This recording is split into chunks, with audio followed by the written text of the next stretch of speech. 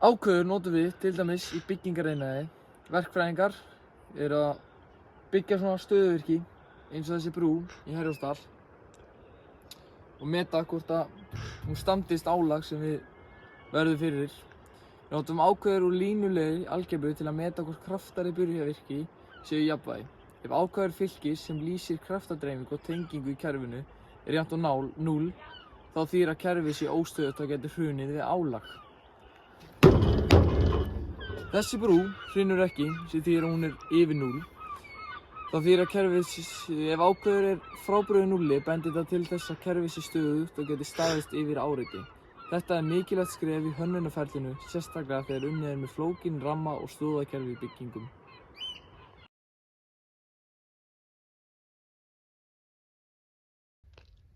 Reiknum ákvörðuveiruna A, sem er 1 og -3 og B sem -2 og 4.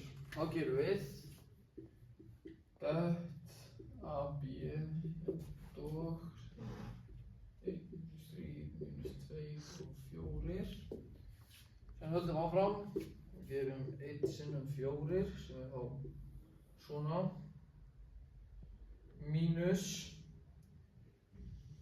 -3 sinnum -2, þannig að þá reiknum við það svona. Þá fáum við endanlega svarið sem er bara einfaldlega -2.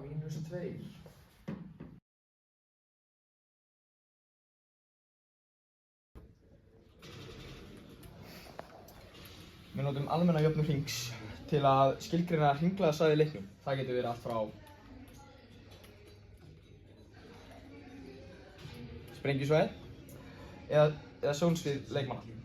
Með því að breyta miðpunkti og radíus getum við auðveldlega mótað áhrifssvæði sem breytast eftir stöðu eða aðstæðum í leiknum.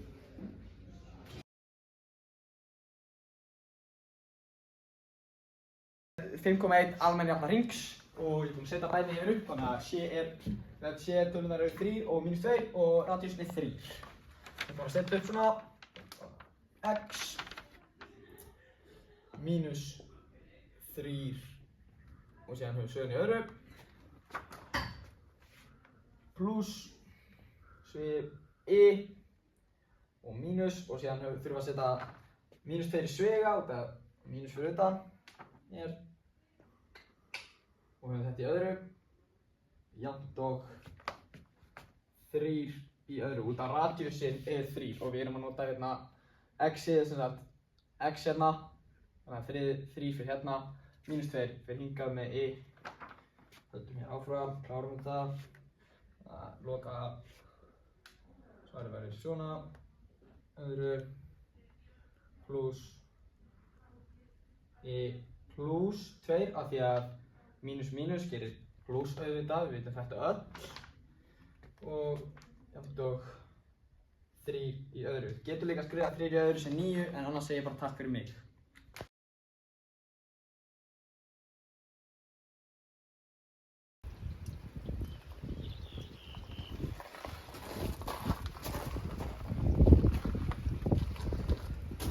Stigur hrings er aðferð sem við notum til að lýsa hreyfingu eftir hring.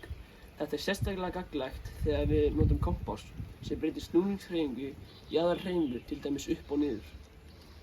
Með því að stika hreyfinguna getum við ákveðið nákvæmlega hvernig kompásinn ýtir í fylgihlutin. Það hjálpar okkur að stjórna hraða, stöðu og takti og tryggir að vélin virki vel. Þannig tryggjum við að hlutir eins og ventlar í bílum opnist og lokist á réttum tíma, allt út frá einfaldri hringhreyfingu sem lýsum með stikum.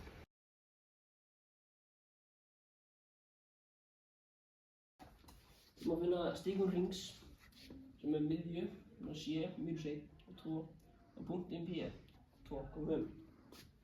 Við má byrja því að finna radíusinn og ef vantar hann. Þá setjum við inn í veldi,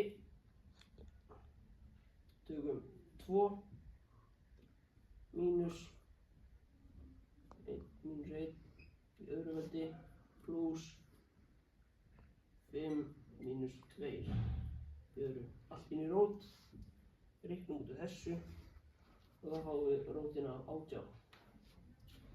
Núna erum við komið með radíusinn. Þá setjum við þetta inn í formúluna fyrir stigur hrings sem er bara x jafnt og mínus 1 pluss rótin af 18 cos vaff. Og y er eftir 2 pluss rótin af 18 sin vaff. Var það komið svarið?